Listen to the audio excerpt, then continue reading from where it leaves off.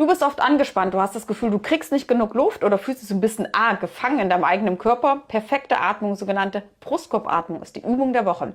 Du legst beide Hände auf den Brustkorb, gerne die Daumen so ein bisschen unter die Achseln. Und jetzt atmest du bewusst tief und gleichmäßig in den Brustkorb. Achte darauf, wie viel Luft geht rechts und links jeweils rein.